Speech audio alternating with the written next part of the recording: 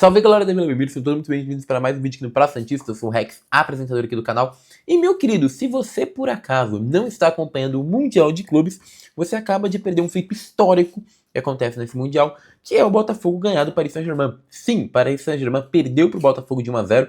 Eu até recomendo, vejam esse Mundial de Clubes, ele está dando um parâmetro pra gente, uma comparação muito legal entre time europeu um time sul-americano, time europeu e time norte-americano, time europeu e time asiático, time europeu e time africano. Pô, cara, tá sendo, acho que a melhor competição, a melhor invenção que a FIFA teve em anos, tá? Esse Mundial de Clubes. E a gente tá conseguindo acompanhar uma parte de noção e parâmetro, e métrica entre diferentes futebols ao longo do mundo, tá? E como que dá, sim, pra jogar futebol contra outras equipes. É claro, hoje, quem for pegar, vai falar, pô, mas o Botafogo só se defendeu e ganhou no contra-ataque. Sim, mas o Fluminense contra o Bayern, o Borussia Dortmund, por exemplo, o Fluminense atacou o Borussia e pressionou o Borussia, tá? Então, assim, não é só se defendendo que os times brasileiros estão, não. Estão jogando de várias formas, enquanto os times portugueses e os times brasileiros estão jogando bem. O Palmeiras dominou o Porto e o Boca Juniors dominou o Benfica, tá? E agora a gente viu, acabou de sair uma partida onde o Botafogo, de fato, jogou mais recuado, jogou de forma mais defensiva, mas ganhou do PSG e eu trago os números. O PSG deu 16 chutes e o Botafogo só 4. Mas em chutes no gol, os números é bem menores, tá? O número é bem menores. Grandes chances, só o Botafogo teve uma grande chance no jogo inteiro, tá? Só o Botafogo teve uma grande chance no jogo inteiro. Chutes no gol, o Botafogo teve 4 e o Paris Saint-Germain 2, tá? Então o Botafogo chutou mais no gol que o Paris Saint-Germain, tá? Esse é a métrica, tá bom? E em defesa, o goleiro do Paris Saint-Germain fez 3 e a do Botafogo fez 2, tá? Ah, mas o Paris Saint-Germain ficou com 75% de posse de bola. Legal. Quem criou mais chances perigosas? O Botafogo, por incrível que pareça, tá? Então assim, o Botafogo criou uma estratégia, foi a campo, conseguiu ganhar a partida e consegue um resultado muito interessante. Mas aí você pergunta, Rex, esse é um canal teoricamente do Santos, por que a gente tá falando do Botafogo? Porque aqui, eu quero trazer nesse vídeo, que eu dou os parabéns aí pro torcedor do Botafogo, que talvez tenha aparecido no vídeo, eu deixo claro, tá, gente?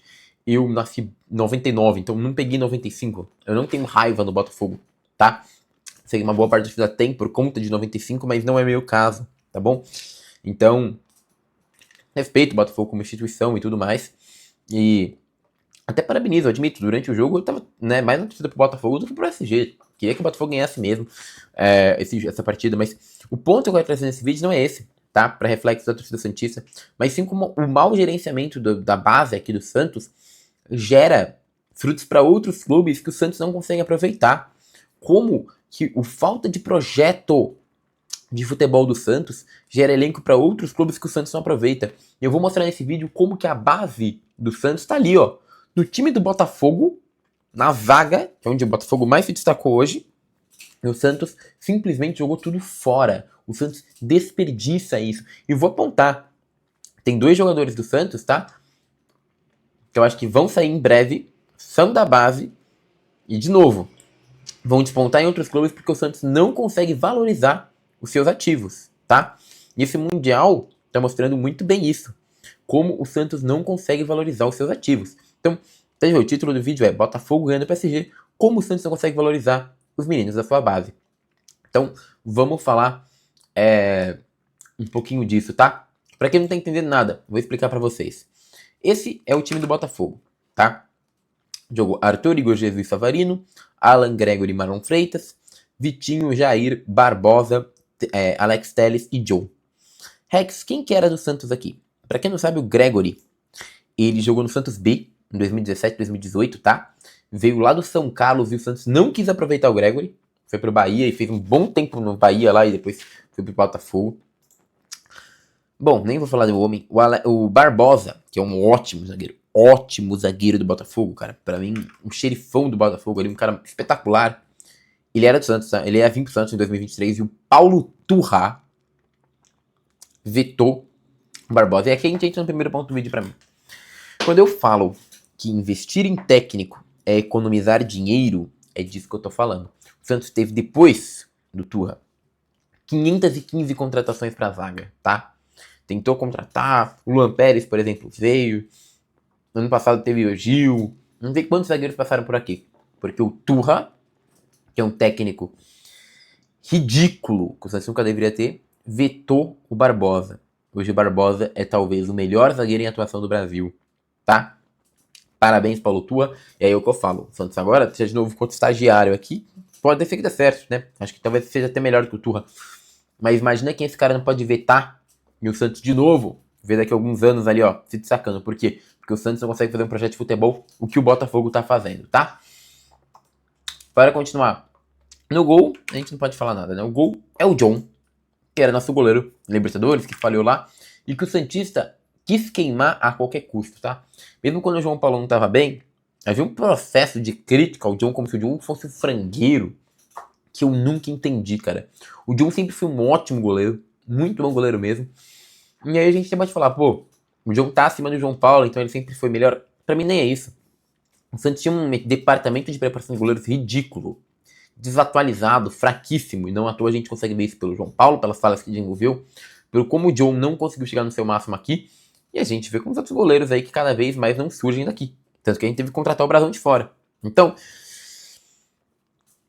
como que o John, que era um goleiro com alto potencial, assim que saiu do Santos, consegue se destacar em outro time? Né? Como que a gente não consegue ter um departamento de goleiro decente? E a gente vê isso claramente com o nosso goleiro, que era daqui, vai para outro clube e se destaca. Então, John, uma partida fenomenal do John, tá? Goleiro que era daqui. E pra acabar, pra mim um monstro, jogou muito hoje. Cara, tem umas horas que o Barcola foi tentar driblar ele, e ele cortava o Barcola com uma facilidade ridícula, absurda. E a gente tá falando do Jair. O Jair, cara, é um moleque da base espetacular. Quem viu o Jair aqui no Santos sabia que ele era espetacular. O cara era um monstro da bola. Sério, o Jair jogando é bizarro de bom. É bizarro de bom. Mesmo assim, o nosso ex-técnico, ano passado, preferia muitas vezes usar Gil. Preferia muitas vezes... Tá bom, era Gil e Jair às vezes sim. Mas muitas vezes fazia críticas ao cara. E pior, a torcida do Santos comprava essa merda de discurso que queima os moleques da base pra dar chance pra velho, pra dar chance pra jogador que tem carreira formada e é favoritizinho de fez vestiário por causa de treinador. E queimaram o Jair, tá? O Jair saiu do Santos bem, até, mas uma parte da torcida já falando, ah, será que é tão bom assim? Toma a resposta pra vocês. Engulam a resposta pra vocês. O Jair é um baita zagueiro. É um baita zagueiro. Eu digo mais, pra mim o Jair tem sim potencial pra ser zagueiro de seleção brasileira.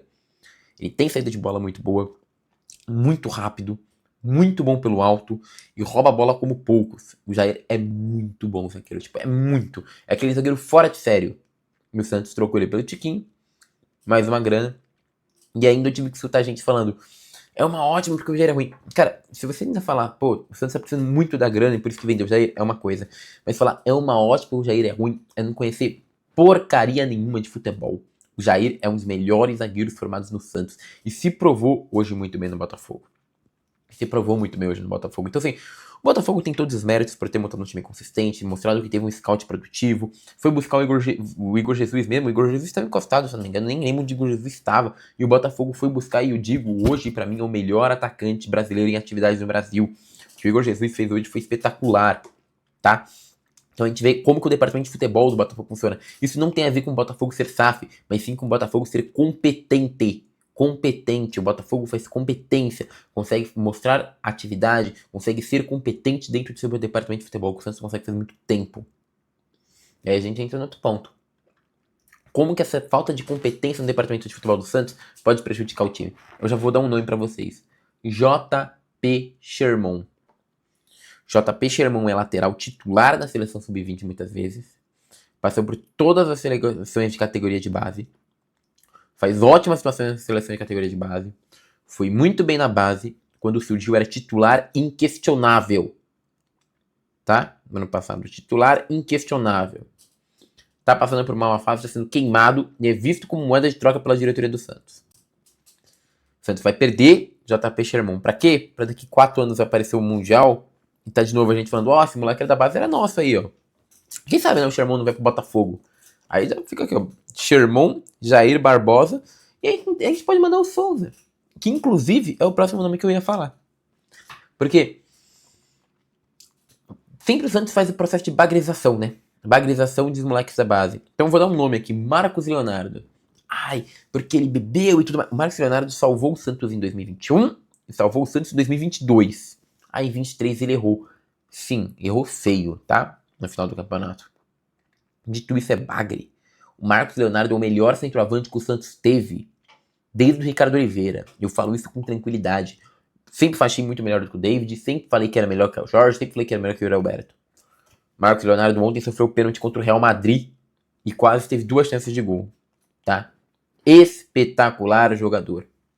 Aí, mas é ingrato, mas bebeu. De novo, a culpa não caiu sobre aqueles 15 velho que recebia mais do que o Marcos aqui e tava encostado nessa porcaria de time há não sei quantos anos ou veio recebendo salário astronômico. Caiu sobre o Marcos Leonardo, que tinha 20, 21 anos. A culpa cai sobre ele. A culpa sai sobre esse tipo de menino que o Santos perde para mandar de graça para se destacar em outro time lá fora. Aí, processo de bagrização, aí, ó, foi pro Jair. Ah, porque o Jair não dá mais. O Jair não é consistente o suficiente. O moleque tinha, acho que 19 ou 20 anos, tá? Foi pro Botafogo. Acaba de ganhar do PSG. Titular, jogando pra cacete no Botafogo, tá?